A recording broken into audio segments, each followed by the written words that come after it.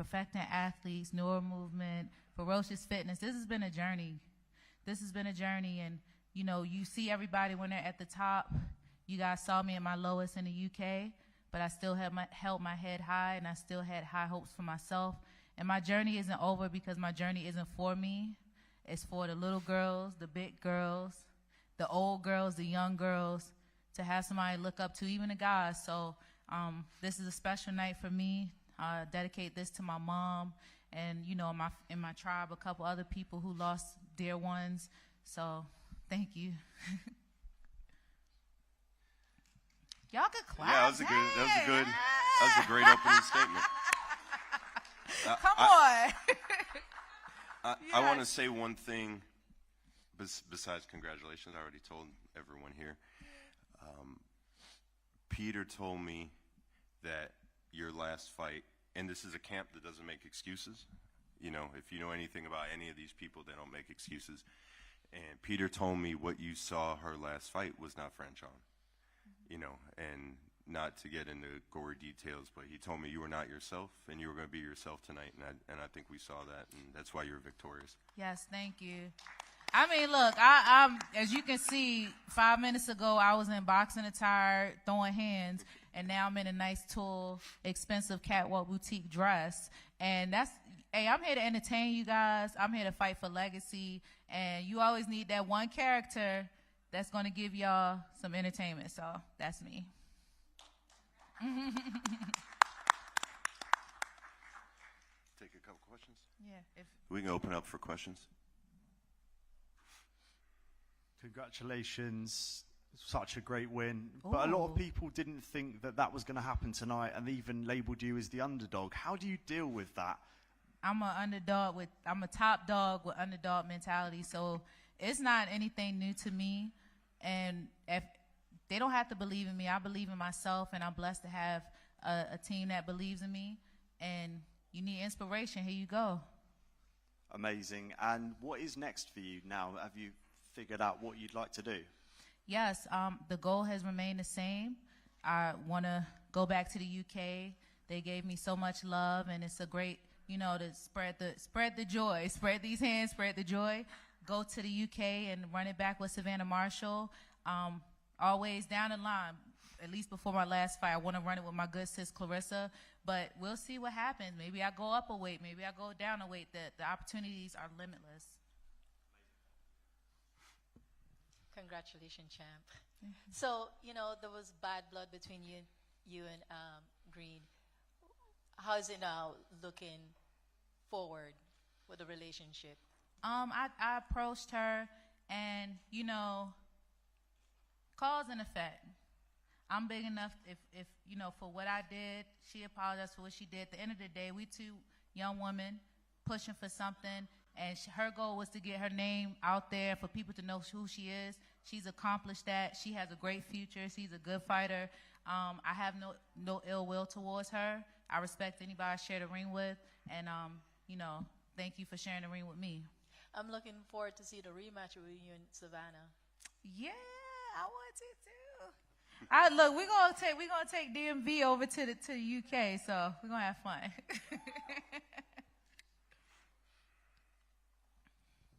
Congratulations. Thank you. I wanted to know about the comparisons in power, you know, whether Savannah or Shadeja Green, you know, whose power did you feel the most? I would say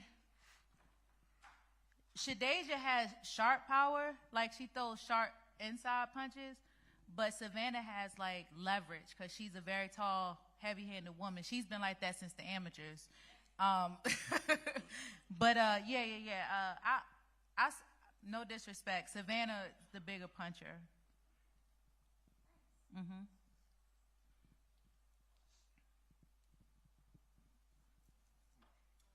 We got more questions than last time. Yeah, right. They're about to start beef. Yeah, Peter, come on.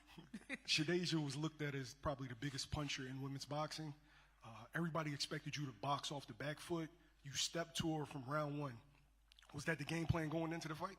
Well, I'll you want me? No, you tell him. I think Barry's got some things to say. My coach, Barry Hunter, got a story. So we were in the back. We know Shadeja Greenwell. In fact, she was in camp years ago with myself, Kenny Porter, Sean Porter. Kenny used to work with her. And going out, I told Franchon a story in the back, and I said that there was a man who was going to work every day, and every day he would go to work, a big dog would chase him. As soon as he walked past his yard, he'd jump out and he'd chase this man. This man run. He feared going to work every day. Till one day, he got tired of running, so he stood his ground. By the time the dog got to him, was getting ready to bite him, when he opened his mouth, the man saw that he didn't even have any teeth. The dog had no teeth. So the bark was much better than a bite. You know what I mean? And I told her the same thing. See, in this sport that we in, y'all know the sport is a brutal sport. Your mouth can say anything, but at the end of the day, what counts is what you do inside that ring and them punches flying. So she did that this time. I'm proud of her. The last time in the UK, again, not to make no excuses, she didn't have her team with her. You know what I mean? And it wasn't her fault. Things happened that was unforeseen. But next time we go to the UK, I'm looking forward to going over there. We need that back. Yes, sir. Anyone else? Questions? All right, last question. So I just want to know, you're the champ again. All right, I guess second last. You're the champ again. How are you feeling right now? I never stopped feeling like the champ. As you see, this is lineage right here. For 30 years to come, however long women's boxing, when they go back to super middleweight, it's always going to come back to me. So I stamp myself in history, and you can never take being a champ. But tonight is very special. I'm trying to let it sit in. It's not like, because in my mind, I can show you on video, I never felt like I lost in the UK. So I just got the belts to solidify what I had in my mind. But I feel amazing. I feel blessed, and I'm grateful. And I just love the smiles on my team face. You have any timetable on your next fight? Probably second quarter 2024. Like, I'm happy to be active. To get 2 fights in 6 months is amazing. I think I'm going to get better and better, but probably second quarter 2024. All right, thank you. Thank you. Good evening. I come from France, and I'd like to know, I've been concerned with the WBA convention when they mentioned 10 rounds, 3 minutes for women, but only men talked, really. I would like to have a woman's advice about this. About 10 3-minute rounds? Yeah, 3 minutes rounds. Bonjour, ça va? Merci.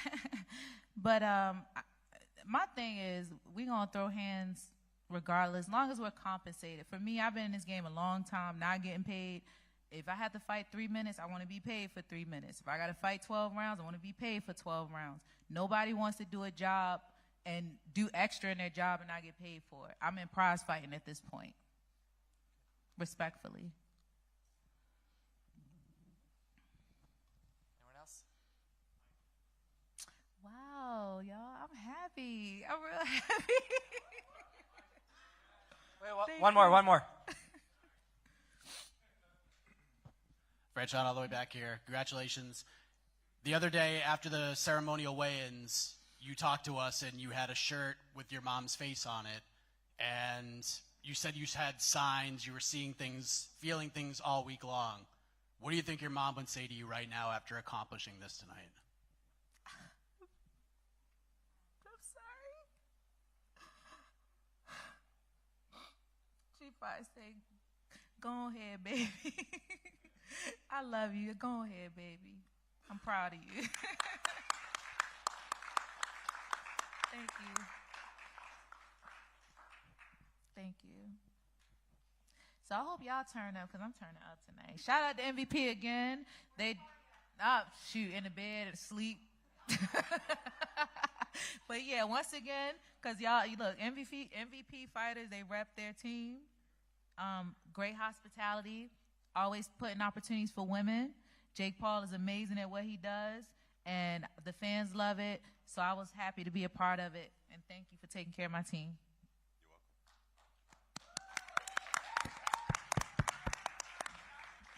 You're welcome. We have these. Thank you. Sweatshirt. Sweatshirt. What size? I have one. You got one? I'm talking about that.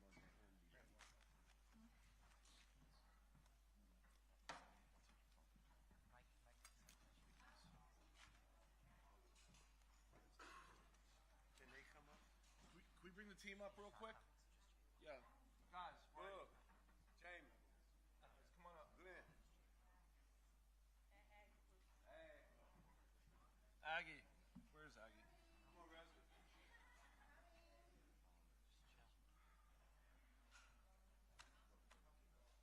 Yeah, of course. Yeah, take a photo. Yeah, thank you so much.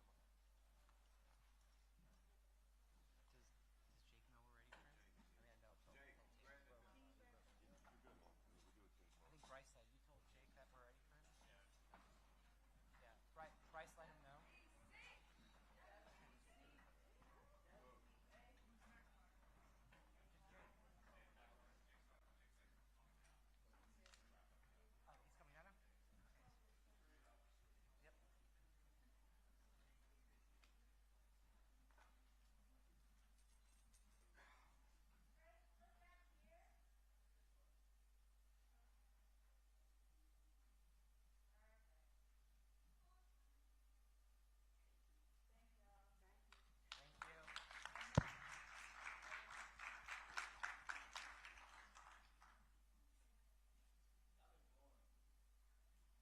Thank you.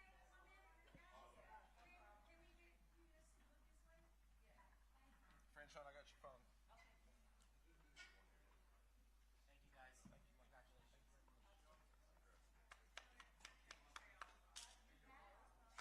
Paul, you good?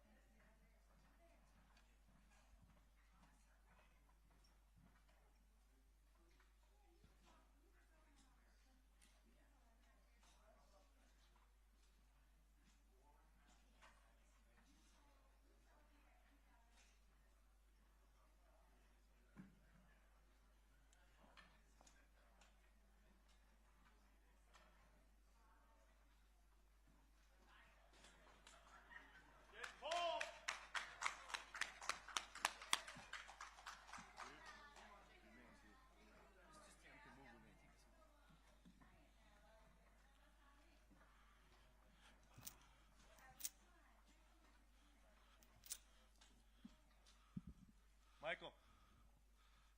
What are we doing? Paul, we're good? Hey. Hey. Hey. Is that my guy? I think that's my guy. Hey, we love you guys. So what are we doing? Should we talk about some stuff, or what's going on? Thank you. I appreciate that. All right, and that's it. Yeah, let's go to questions.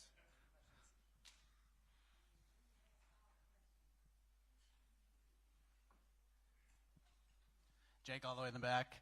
Congratulations. You called for it all week. First round knockout. Barely broke a sweat. How does it all feel just a few minutes after scoring the big knockout? Man, I'm just really happy. You know, that's that delayed gratification, working hard this whole entire year, and it just all paying off.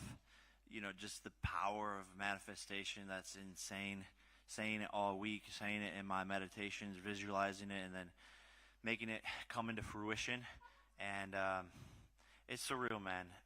I'm trying to just take in the whole entire moment and look back on and have fun during this whole entire experience. And that's the biggest key for me right now, and it's going to be an amazing Christmas.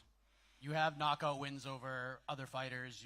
The Tyron Woodley one sticks out the most, but doing this against a pro boxer. This is something that you've wanted to do for a while. Does this one feel better? Does this one feel different than the others? I think this is the best one. Just because of the first round, calling it the whole entire week, not getting hit one time in the fight, and just setting him up for that. He kept on ducking low, and I was like, okay, I'm going to throw the uppercut, but I got to make sure he keeps on ducking low.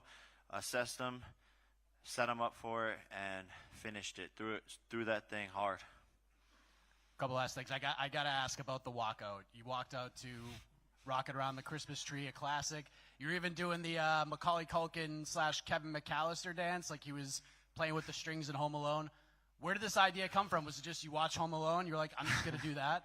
Nah, so we just always have these vibes going in camp, and sometimes we're playing, different music.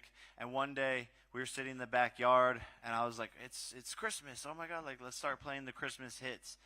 And that first song came on, and I was like, this is what I'm walking out to. And everyone was like, yeah. And it was even better than I imagined it, because the whole crowd was going crazy. My family was there. And I don't even know, is that what that dance is from? Because it kind of just came out of me. I didn't plan that. And last thing, you felt heading into this fight that it was kind of a lose-lose for you, that if you lose, you're just going to take it on in the teeth, essentially, and if you win, it's just, well, no one's going to give you credit for it anyways. The MMA community's kind of reacts to it. Derek Brunson wants to fight you. Dylan Dennis, your brother's old buddy, had something to say, saying that a gust of wind would have knocked Andre August over tonight. What's your response to that, and everyone not really discrediting you, but maybe discrediting the opponent and the opposition? UFC fighters are literally not allowed to fight Jake Paul. Literally not allowed to fight Jake Paul when they leave the UFC. So there's no MMA fighter that can discredit him in the boxing ring. And he's also focused on making his MMA debut end of 2024, early 2025. So, it's kind of irrelevant if Derek Brunson or Dylan Dennis are saying things about Jake Paul. If I was walking on water in front of everybody's eyes, they would say I couldn't swim. When you take this path and you're in the top of a sport, and you got there in 3.5 years, and there's jealousy and hate and insecure people all the time, of course they're going to critique and find any little thing that they can to try to rip me down. But what they don't know is that it's just making me bigger, just making me stronger, just making me more motivated to go ahead and become world champion. And this is one step closer, right? This guy was 10-1 boxing his whole life, 3-time Golden Glove champion, and he didn't last more than 2.5 minutes. And I was just getting warmed up for real. So a lot of big things ahead. With the critics here, do you think that your first round knockout has put that all to bed? Yeah. That's why. Shh. Be quiet, y'all. Be quiet. At some point, you got to turn that hate into be like, okay, fine, I'm going to just jump on the bandwagon. All aboard, yo. Y'all went from haters and all this shit. We welcome everybody. If you hated me before, it's cool. I forgive you. Come to the fun side. I know you want to dance to the Christmas jingle when I'm walking out. I know you're at home itching ooh, that's a vibe. Oh, I hate them. Oh, I can't help it. Oh, I want to dance. So just give it up. Jump on the bandwagon. Get used to it. Get used to this. I'm going to be here forever in this sport. Like I said, and predicted all this from the start. Made it happen. Manifestation into reality. So keep the criticisms coming, but it's not going to do anything. And he's doing it inside and outside the ring, right? That's the most amazing thing about Jake Paul. He's performing as an athlete, but he's also helping elevate a sport, bringing attention to young fighters, giving women opportunities. That can't be discredited, right? That bandwagon, he's carrying a big, big, big wagon himself. So,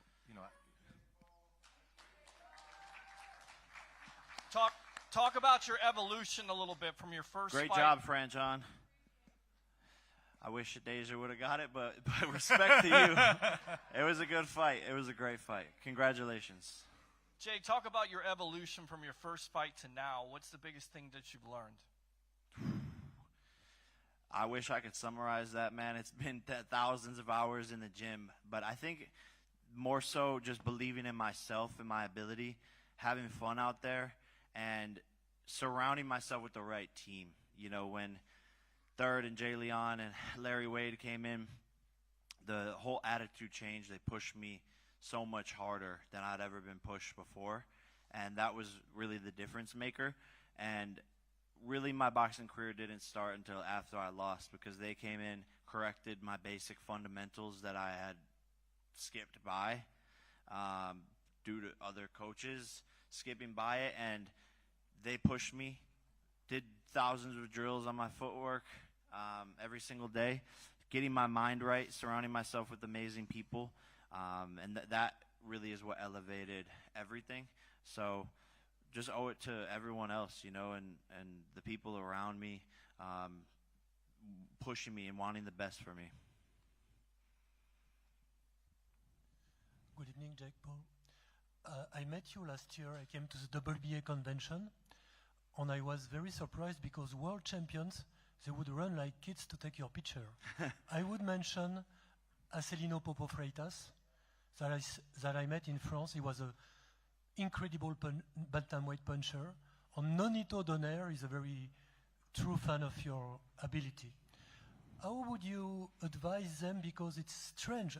They are less known than you are. So what would you sometimes advise some fighters, or what would be your concern about them to get more exposure? And after I will have something to ask you. Yeah, look, we live in a different boxing world now and a different digital age in general, and it's the fighters' responsibility now to promote themselves. And once they realize that, and realize instead of sitting around on the weekends or playing video games in between the training sessions, they got to be on TikTok and making YouTube videos and getting out there and going on interviews and podcasts and getting any opportunity they can to grow their name. And that's what I would just encourage everybody else. The promoter is dying. It's now the responsibility of the fighter, and that's the new boxing world. And just hustle, man. Just hustle. And the second thing is, I'm a fan. I would not like to go back to France without signing me 2 pictures. And also I have a message from, I don't know if you know him, Jérôme Le Banner, a former K1 superstar. He wants to do some business with you in Japan. So I'm sorry to tell you that now, but I have no other option because I will not meet you before going back to France. So if I can get in touch with someone from your team. Yeah, tell them to hit up the MVP people for sure, and see what we can do. Merci beaucoup. Jake, congratulations right here in the hat. Congratulations on the win tonight. You fought a boxer. KSI is fighting Asho Speed tonight. Is that match officially dead? I don't know. I don't care. It's just 2 different things, right? He's chasing views as a 30-year-old man, and I'm chasing legacy and belts. All kudos to him. I hope he makes his wildest dreams come true. Follow-up question. There's a big event in Philadelphia next year, WrestleMania. Do you have any interest of fighting your brother for United States Championship? Man, I'm trying to be on his team. I don't want to go up against him. He's a dog in WWE. I'm trying to be his tag team partner. Jake right here behind him. Congrats on the win. You talked about being the old problem child. What happened to the old problem child in your past few fights that makes you think that he's back now? What did you think from your past performances that you trained on now? Yeah, like just having fun when I'm in that mode, enjoying the sport, you know, dancing around in the ring, making jokes all the time, you know, talking trash to my opponents while I'm hitting them in the face. That was the old me, and before I was just like trying to do things too much and just like making everything perfect and technique, do this, and just everything in the vibe of the camp changed. The coaches, you know, Larry tells me every day, like, just be you, just bring that old crazy motherfucker back. And he showed me the video of me with my tongue out, like after I KO'd Tyron Woodley, like playing with my cut on my head, and he's like, this isn't here anymore, like you need to bring this back. And I just really remember that every day now, like he's right, like I just gotta be fucking crazy and bring back all the problems and the madness and fight like a dog and have fun. And that's the difference here. You see me in the walkout, dancing in the locker room, messing around with my brother, getting on his shoulders during the broadcast. All of these things is what makes me special, and I just lost that in previous fights. Thank you. Jake, congratulations from someone from the UK. Did you think that because your opponent had 5 knockout victories, that this was a risk for you taking this sort of fight? Yeah, for sure, for sure. Like a big risk. And people can discredit or say what they want, but they didn't get in there with him. And he's been doing it his whole life. And you look at the guy, he's strong as He's a tank. brick, super athletic, star football player who turned to boxing. So, of course, it's a risk, especially him not being a big name. You know, putting it all on the line against someone like him, everyone thought it was kind of crazy. Everyone at first was like, what? Really? You're going to do that? Why? Where? What's going on? What's the plan here? And it's just one answer: to become world champion. Amazing. And you say that you want to become world champion. People like KSI, I'm guessing they're not on your radar anymore, but people like Vidal Riley, would that be a fight that we could see in the near future? Yeah, for sure that could happen. That'd be interesting. And he has a name, a profile, and that's something that excites me for sure. And as I go down this path, I'm going to continue to challenge myself and grow and grow and grow. And some of those names start popping into the equation. Jake, was that a robot or was that a man in a suit? Bro, it's a robot. Facts, bro. Facts. Hey, Jake, I just want to know that natural power that you have. Here I am. Oh, sorry. What's up? That natural power. Exactly when did you realize that that's just something that you've been gifted, you know? Yeah, my coaches always told me before my first pro fight, mainly Shane Mosley, he was like, you got pop, you hit hard. And I just I didn't know if he was like, you know, just gassing me up or something. And then after I dropped Gibb in the first round, I was like, oh, shit, like, okay, maybe I do have power. And it's just from that Ohio milk, there's something different, man. That calcium is thick. Like, my bone density is on point. Yeah, that's what I'm saying. So come on. We want to thank Caribe Royale, Orlando. Jake Paul, Andre August broke the record for the biggest boxing gate in history, which was held by Miguel Cotto at the Amway Center, which seats 20,000 people. So thank you to Caribe Royale. Thank you to our partners at Celsius, who have been with Jake for all of 2023, and are going to continue to be his partner. We want to thank the Florida Athletic State Commission for hosting us once again and being our partner, Box Lab, and of course DAZN. Jake's going to get some well-deserved rest, but I think in the next couple of weeks you're going to hear about Jake Paul's next fight, right? Yes, sir. Stay tuned. Jake, we have one more. One more question. Logan from Better Media. Hey! You know, after all, I am your brother, but you continue to shock and impress, sorry for all the kids here, the shit out of me.